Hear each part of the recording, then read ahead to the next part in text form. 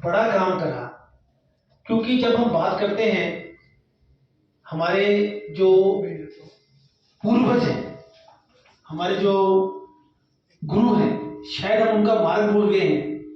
छोटी छोटी कहानियां हैं जिसे इन्होंने फोकलोर के तौर पर करा, कश्मीरी के तौर पर। मैं समझता हूं कि मैं सुन रहा था और मुझे ऐसा लगा कि जितने भी कश्मीर के जो फोकलोर हैं उनका जो टच है वो स्पिरिचुअलिटी के साथ है, इनका संबंध जो है स्पिरिचुअलिटी के साथ है। और ये बात हम लोग जब पढ़ते थे, अब हिस्ट्री पढ़ते थोड़ा बहुत पढ़ते थे, तब पता लगता था कि हाईएस्ट लर्निंग सेंटर जो है पूरे विश्व में संस्कृत का और लेटर ऑन पर्शियन का वो कश्मीर ही था। जो अभी बात चली थी, किसी ने पूछा, बहुत अच्छी बात करी थी कि पंडित क्यों कहा जाता है, तो मुझे लगता है कि पंडित उनकी जो लर्निंग कैपेसिटी है उसको देखकर शायद कहा जाता है।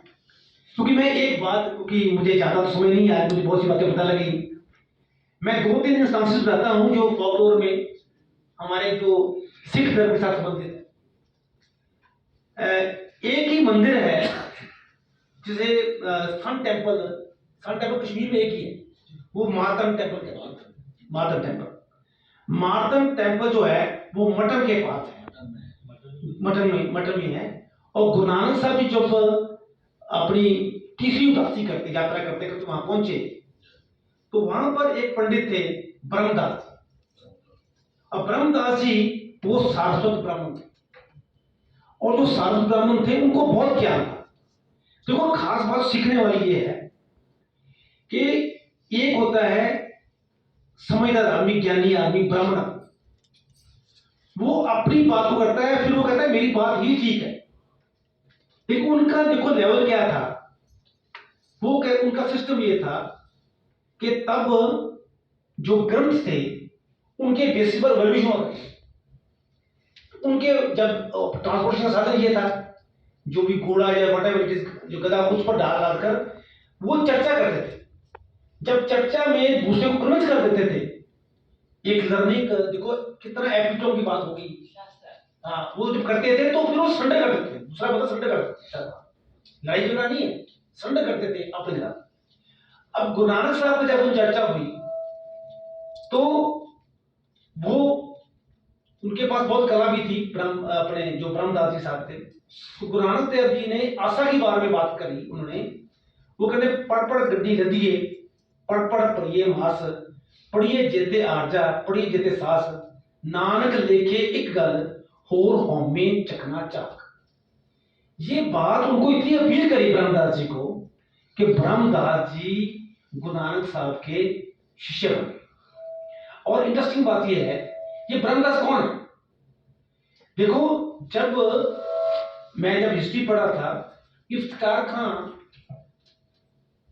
को ये लगा, वो वहां था जो गवर्नर था, उसको लगा कि अगर हम इन जो बुद्धिमान व्यक्ति हैं, लर्नड पर्सनैलिटीज हैं, जो कश्मीरी पंडित हैं, अगर हम उनको कन्वर्ट कर लेते हैं इस्लाम में, तो शायद दुनिया सारी इनको फॉलो करते थे, बहुत लर्नड थे।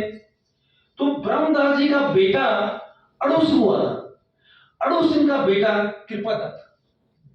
तो कृपा दत्त को जब प्रेशर डाला गया, तो जो गुरु तेग बहादुर की कहानी सब लोग हमें पता है, उन्होंने किताब भी वर्णन करा है, एक पुस्तक मेरी भी है, मैंने उसमें थोड़ा सा वर्णन करा है। तो गुरु तेग बहादुर जी के पास जब कृपा दत्त पंडित आते हैं, तो मैं यहाँ पर रेफरेंस का मेरा मतलब ये है कि गुरु नानक जब, जैसे अभी शुरुआत करी थी, तो बहन जी ने बात करी थी कि जो पंचनाथ शो जब शुरू हुआ था 1994 में, तो उन्होंने बात सवाल से यानी डिस्कशन से, डायलॉग से। तो गुरु नानक साहब ने भी डायलॉग ही बताया, उन्होंने बताया था कि डायलॉग ही तरीका है, और शायद कश्मीरी पंडित यही करते थे, वो डायलॉग करते थे, अपनी बातों से कन्विंस करते थे। और मुझे कभी कभी लगता है कि जब मैं हिस्ट्री देखता हूं, तो 5000 पुरानी हिस्ट्री आपने बात करी, मैं थोड़ी सी बात, अभी इतना टाइम नहीं मेरे पास है, तो जब आप बात कर रहे थे उसके बारे में, जन्मेजय राजे के बारे में, एक बहुत बड़ी कहानी है, और उसके साथ लिंक जो है ज्योतिष शास्त्र के साथ है। तो मैं अभी यहाँ बात नहीं कर रहा। तो ये भी कश्मीर के साथ लिंक है कि उन्होंने कैसे फोरकास्टिंग करी थी, महाभारत पर क्या उन्होंने करा, कि उन्होंने कहा कि भीम की जब बात आई, तो एनीवे वो डिटेल में नहीं कहूंगा। मैं ये कहना चाहता हूँ कि 5000 साल पुरानी हिस्ट्री है कश्मीर की, लेकिन मुझे लग रहा है कि 1599 में मुगल जो है वो एंटर करे कश्मीर। 1599 से लेकर लगभग 164 साल मुगल रहे, फिर अफगान आए 1819 तक। ये जो टोटल जो 220 साल का जो पीरियड है, 230 साल पीरियड है, वो सिर्फ ही मुगल और पठानों का पीरियड है। उसके बाद हमारा रणजीत सिंह आ गए, 1819 से लेकर 40 में तक 27 साल हमारा रणजीत साहब चला, उस पर डोगरा राज आ गया। मैं ये कहना चाहता हूं कि ये जो इन्होंने जो प्रयास करा है अपनी संस्कृति को जिंदा रखने के लिए, जागृत रखने के लिए, ये स्टोरीज जो हैं ये इंस्पायर करती हैं, क्योंकि हमारा जो स्रोत है वो धार्मिक है।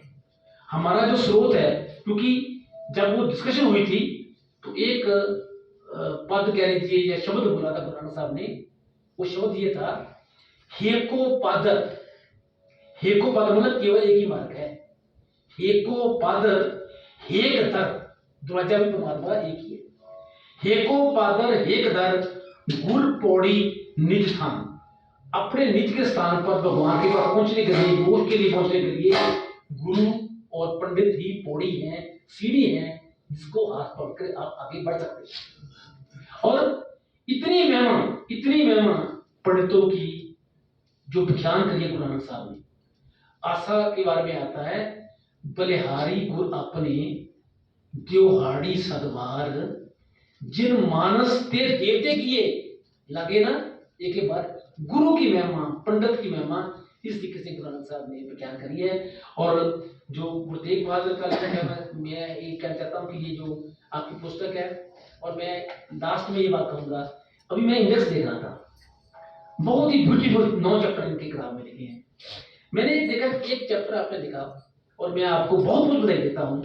वो चैप्टर मैंने पढ़ा नहीं है, क्योंकि अभी मैं किताब मिली है, पुस्तक मिली है, मैं तो पटियाला जी से मांग रहा था कि मेरी किताब लिख दो कि मैं पढ़ कर अपना, चलो वो किताब नहीं मिल पाई। अभी मैंने देखा एक चैप्टर है, एक अध्याय है, you can finish me, exodus story है कि कैसे लोग बाहर आए एक बार। You can finish me but you can not finish my existence. Beautiful. मैं इस बात की क्लैरिटी देना चाहता हूँ, और के साथ ही मैं एक बार पुनः धन्यवाद देता हुआ कुटियाला जी का, हाँ जी, यस, धन्यवाद। धन्यवाद सर। अब मैं माननीय बृजकिशोर कुटियाला जी को, प्रोफेसर कृष्ण आर्य जी को सुमंत्र जूस से निवेदन करती हूँ हमारे मुख्य अतिथि और हमारे प्रस्तोता का सम्मान करें।